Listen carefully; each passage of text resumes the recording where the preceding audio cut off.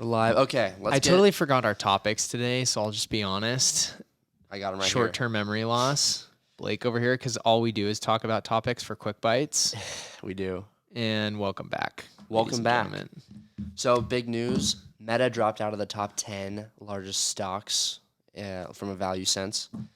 So they were in position 6. So they dropped to position 11. So they dropped 5 ranks. So do we officially call them Meta now and not Facebook anymore? Well, yeah, we'll call them Meta, I guess. Whatever. Okay, Meta.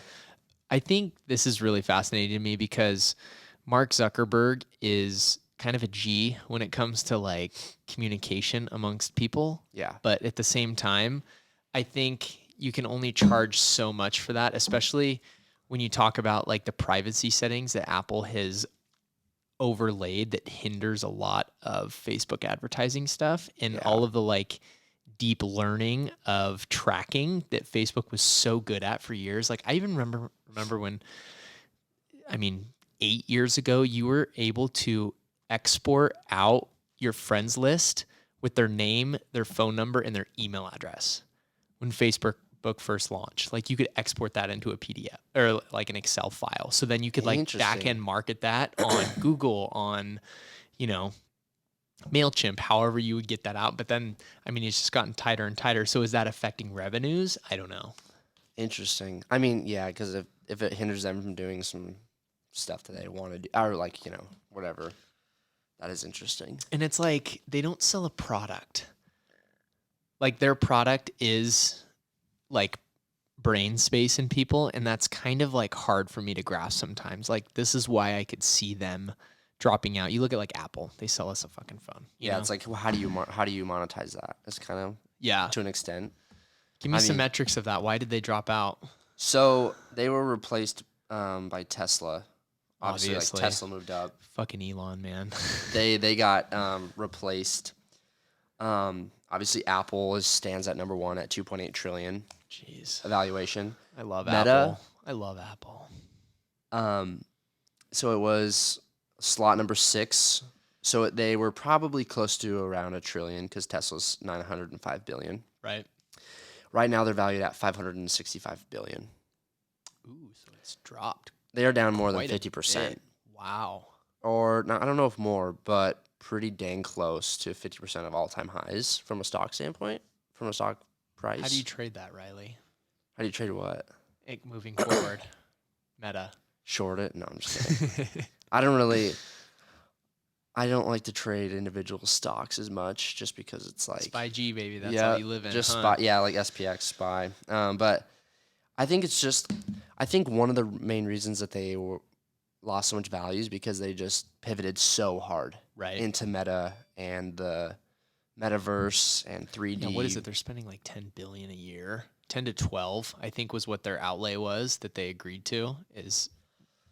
That's wild because I think that there's a space for virtual reality in the future, but at the same time, it just takes so long for the consumer to adopt that, Yeah. Like 5 years ago when I got on real estate, I thought that the way of the future was people were going to buy homes virtually, and nothing's changed. People still like to walk through homes and see, touch, and feel, Well, yeah.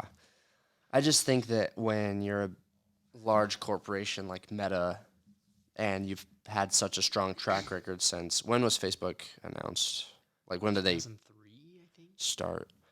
Yeah, they so when IPO'd in 2003, 2002. So when you've been, we can fact check that. We're going to fact check, yeah. But when you've been in business and you've been consistent for that long and then you just make a hard 90-degree turn to something completely different, I think it scares investors.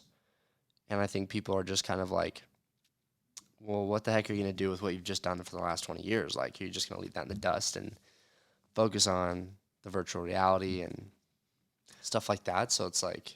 All right, we're fact checked. It IPO'd May 18th, 2012. Well, when was like Facebook.com created? I don't know, but when it IPO'd, it was roughly 10 years ago, which is, I thought it was a lot longer than that. That's interesting.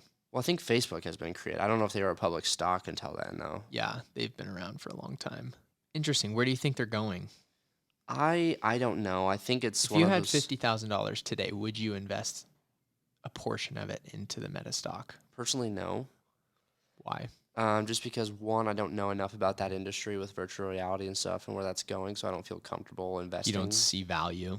I keep it pretty simple. My investing strategies, I don't invest in stuff that I don't understand. I mean, like that's that. a pretty... I like that a lot. I think that's a very wide conceived notion of, like, only invest in things that you believe in. I mean, that's just like a Warren Buffett principle, right? So it's like, invest in things that you know about and that you like. You go to McDonald's every day, invest in McDonald's. Like, it's stuff like that. So Makes you feel valuable, like when you do that. Did Facebook have a stock split? I'm curious. I don't Facebook's- think so. No. Okay. So it IPO'd at $38. So what is that? That's kind of high, is it not? 38. Well, that's like the IPO price, but the day of the IPO, I think it shot up like Yeah.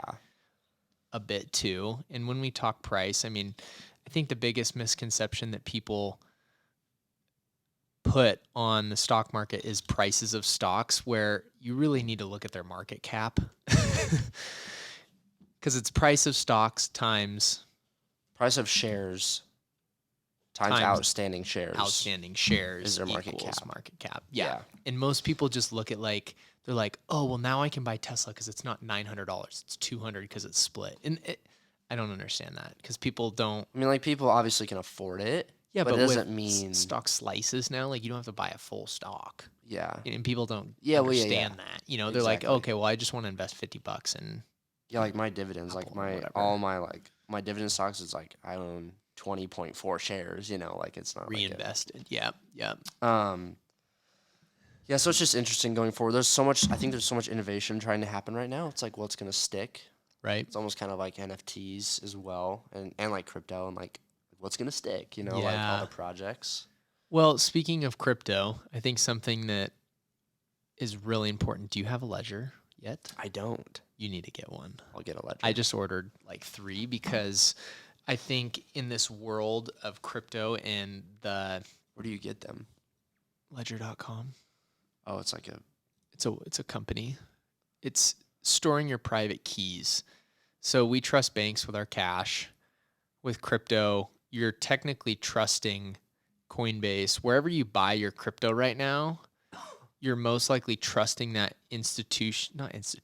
that platform or exchange to hold your private keys or your coins. I don't want to get too complex here for the user. But I think we need to change our mentality to, if you're interested in that space, you got to start with the security. So start by purchasing a ledger or a Trezor. And what these technically are USBs sticks like, that they have don't layers. plug in, though. They plug into right? your computer. They do? Yep. And it gives you the ability to transfer your private keys to something external that, let's say Mt. Gox happens again. I know we talked about that on the podcast a couple months ago. You would lose it. And in the terms and services of Coinbase, if they go bankrupt, you lose all your crypto. Yeah. Buy a ledger. Ledger, if you want to sponsor the podcast, reach out. We got you. We'll take care of you handedly. What else is going on? Yeah, so like with crypto and security, is that like pretty much the only step you can like take right now that's like from a security secures it? standpoint? Yes. There's some interesting stuff coming out where you look at when you buy real estate, okay, what holds that piece of real estate to your name or your business entity? Okay, it's a deed.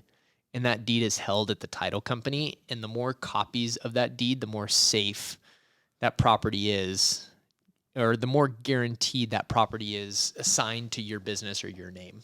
Does that make sense, kind of? Yeah. Because like city records are one thing, and that's where deeds come in handy. But it's like you look at that whole industry, and it's like, okay, well, it's just basically however many copies of that deed are out there is just more verification that you own it. So the more copies of the blockchain that are out there, the more secure it puts that line of code attached to your wallet address, which is yours technically. Yeah. We actually, I'm posting that piece of content this week where you're talking about the more times it gets copied, the more safer it becomes, because Yes. it's harder to hack something that's 14 billion letters long than it's 100,000 letters long. You know, like Exactly. something just like, I don't understand code or anything, but I don't either. That's my simple take on it. Yeah, it's really interesting because you look at, and I tell this analogy all the time to people. It's like, okay, when you FaceTime your girlfriend, your wife, or friend, whatever, like, how does that work? No idea. How does that even work? You know? So when it comes to the financial industry and like the verification of that, back to the security of it, it's one thing to give your bank money or to give the city your deed that states you own it. But with crypto is you have the ability to hold your technically keys. But where I was going with that is a lot of security is evolving right now into having like 3 copies of your private keys, where one is escrowed in an account and it would take like 2 signatures to unlock it. Yeah. So before you would have access to that line of code, just in case. So let's say you keep it in 3 areas. You keep it on your, I know Ledger's promoting something right now, like have 2 copies of it. So have your Bitcoins on, people go, have your Bitcoins on 2 ledgers. How does that work? It can't be on 2 places. Yeah, it can. It's just Basically, a line of code. it's the line of code. It's the verification that you own this on this wallet, and it's stored on that device. So you can copy that multiple times, but the more copies out there, the more someone could get access to it. So Ledger's promoting something like you put it on 2, you keep one in a safe or the other one on you, wherever you want to keep it. But then there's also like escrow companies evolving right now where they would be a third party that would also have a set just in case. Now there needs to be another level of security with that. Like, is it a trusted financial institution? Like, does Wells Fargo start holding private keys? I don't know. Morgan Stanley. So That's interesting. yeah. What do you think? You gonna buy a Ledger? I mean, probably. I mean, I don't know. even- I honestly, I don't hold really any crypto at the moment. Okay. Do I plan on it? Yes. What are you waiting for? Well, obviously, one, capital. Like extra capital to like put it into something and be Do you like, DCA every week? nah, I should though. You should. I You should I start can. right I now. should, yeah. You should start. Do it right now while we're on the pod. What, like You idiot. 50 Come bucks a on, week? dude. $50 a week? 25 a week. 25 a week? That's a doable goal for sure. That's like buying a $5 slow by slow wedgie every day, every day, which I can also do. which you can also do. It's funny because I literally put $250 into Bitcoin like a month ago, just to like get the ball rolling, just to like get my mind to be like, all right, Yeah. start buying Paying Bitcoin. attention to it. And it's like at 350. So, now, and okay, it's like, Riley, I know you don't pay a lot of attention to it, but I'm curious as to why you don't. I think it's one of those things where it's like, I need to understand what it is. I don't need to understand how it works, but I Right. need to understand what it is, Just like the utility. follow it, be up to date with it. Okay. And I think it's honestly, sometimes I think it's kind of like overwhelming to be like, oh shoot, I got to go learn all about this, you know? So it's like, Okay. I'm just, you know, I love the stock market. I love all that stuff. And I'm so invested in that. And also like what I do every day, videos and stuff. Right. So it's just like that extra thing where it's like, yeah, I don't know. Well, you've already had like a 40% return on your money. So why are you not more excited about it? Well, I obviously it's only like $250. I know I'm just calling you out on the pod because it's kind of embarrassing because we talk about crypto every week and you don't own shit in crypto. Yeah, I don't. So Okay, enough beating $25. up Riley for the day. He's going to buy some crypto. He's going to start DCA, dollar cost averaging. Bam. There we go.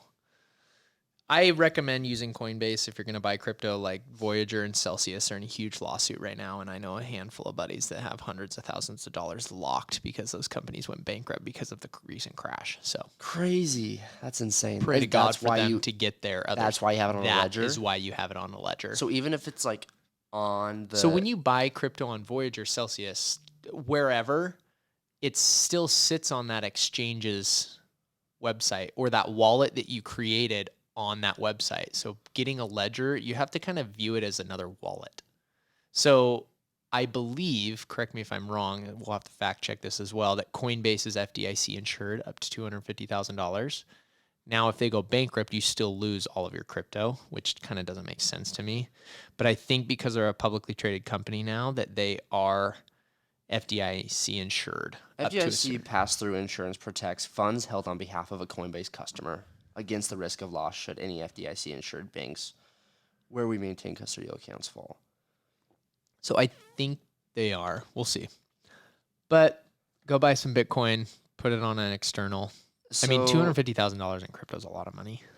It says Coinbase carries crime insurance that protects a portion of digital assets held across our storage systems against losses from theft, including cybersecurity, blah, blah, blah. Yeah, so like a Mt. Gox situation, like if someone were to hack their website, which since they've been around for 8 to 10 years now, I doubt Coinbase is getting hacked. Like they are publicly traded, so they're under the freaking telescope now. So, okay, we're going to pivot now.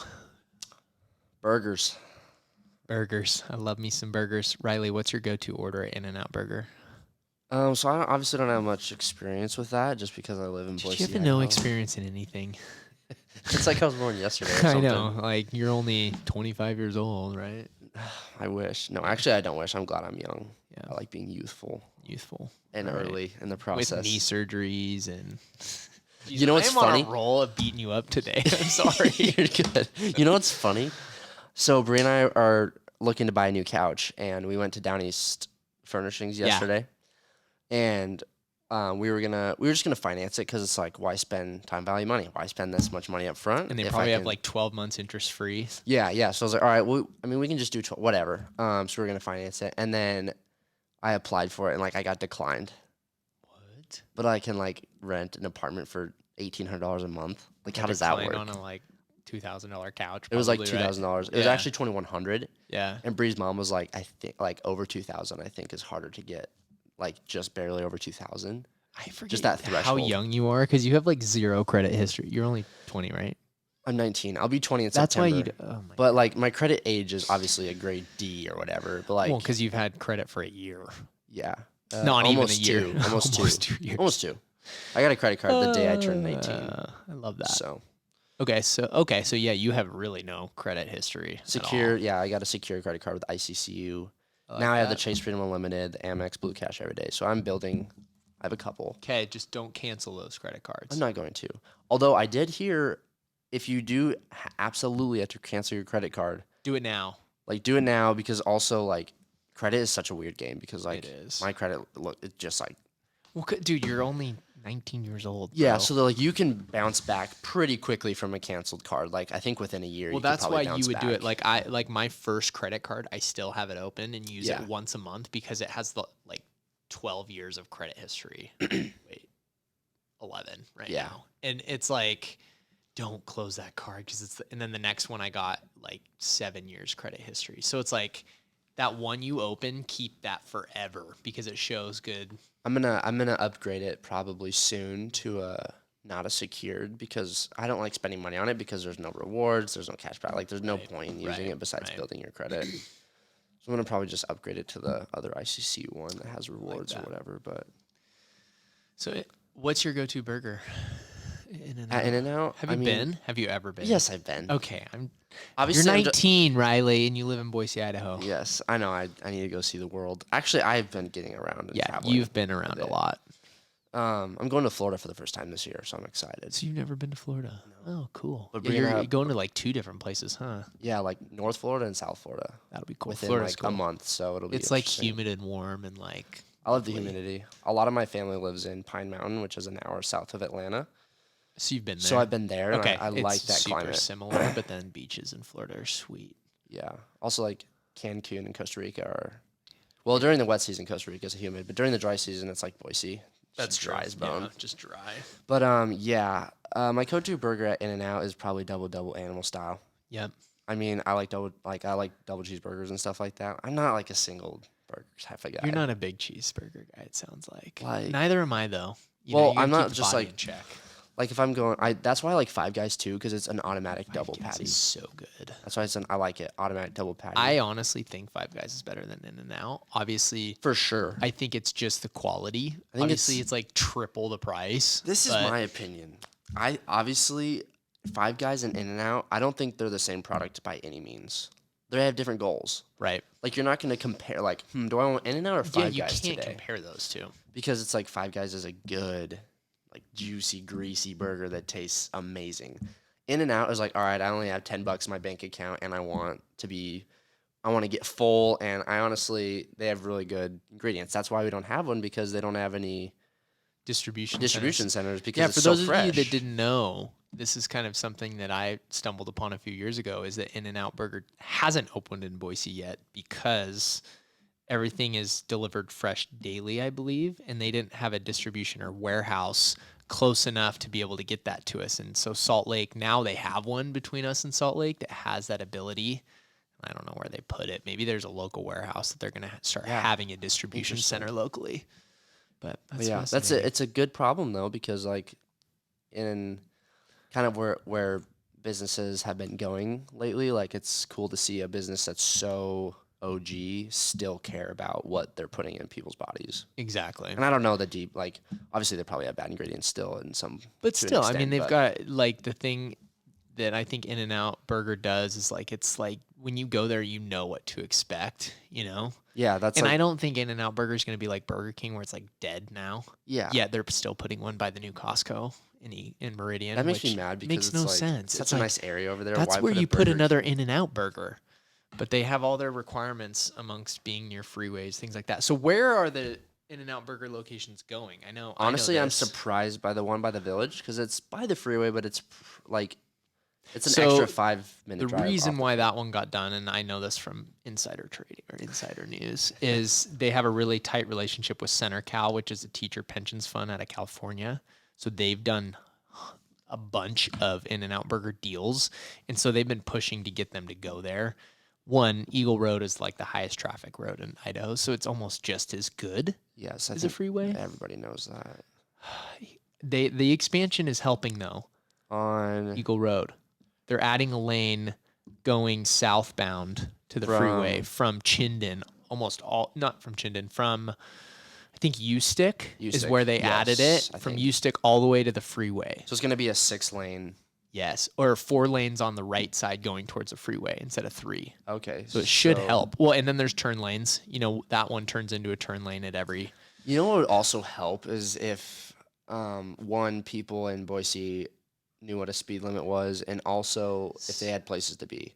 That's our problem. Boise, nobody has places to be here, I agree. which is okay. That's why people live here. But People do drive slow here. And it doesn't bother me, but it is funny when you go to another state like Vegas or California, like people are on a mission I'm like, to wow. get somewhere. They're I'm like, not the- okay.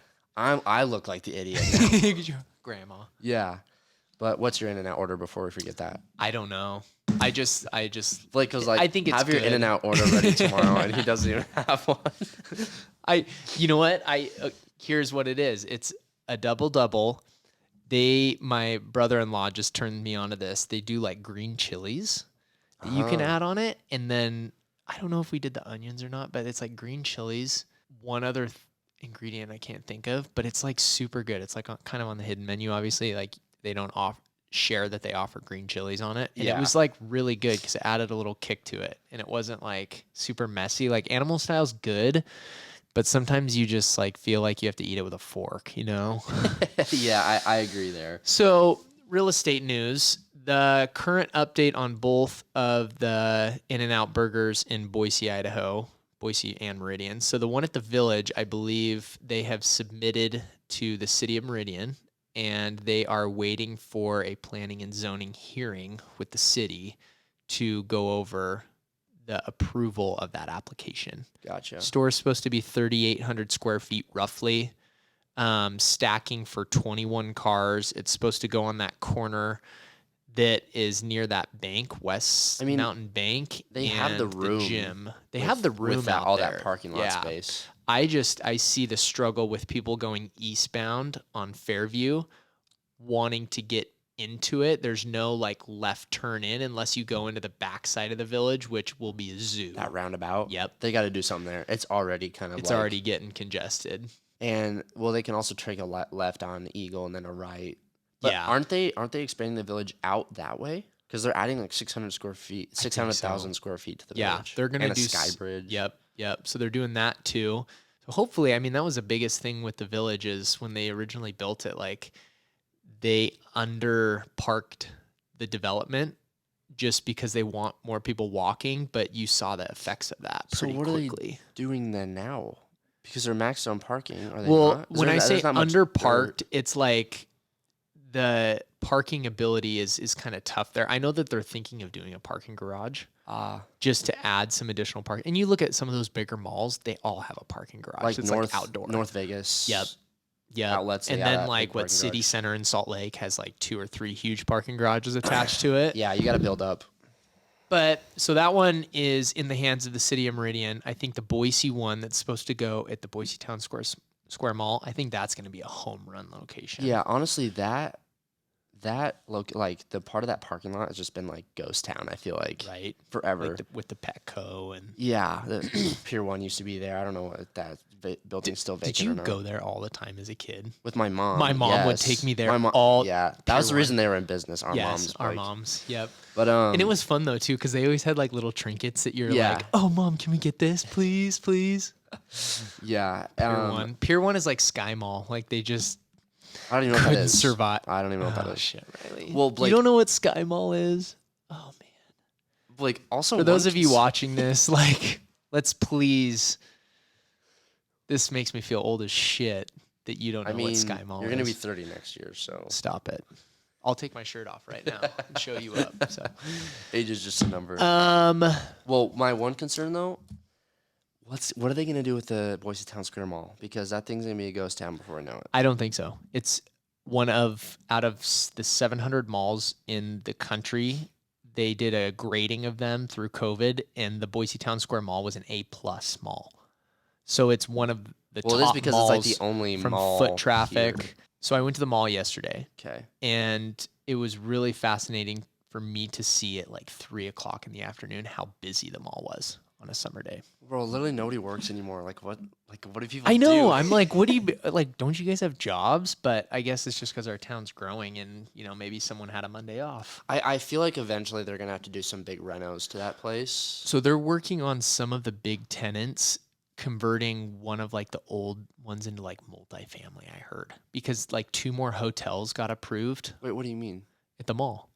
In the mall? Yeah, they're What do you mean looking at taking one of the big units. I think like the old Kohl's or something. Or like just taking it off the mall? And No, having separate? leaving it connected, but using that space for building out like condos that would attach to potentially like a whole multifamily complex. Well, because the Mall of America had the hotel like right there. Yes. I see what you're saying. Yeah. But also multifamily as in like condos. Yes, condos or apartments. And yeah, I think 2 more hotels got approved recently to be on that like south or the north side of the mall, where that's kind of that dead zone.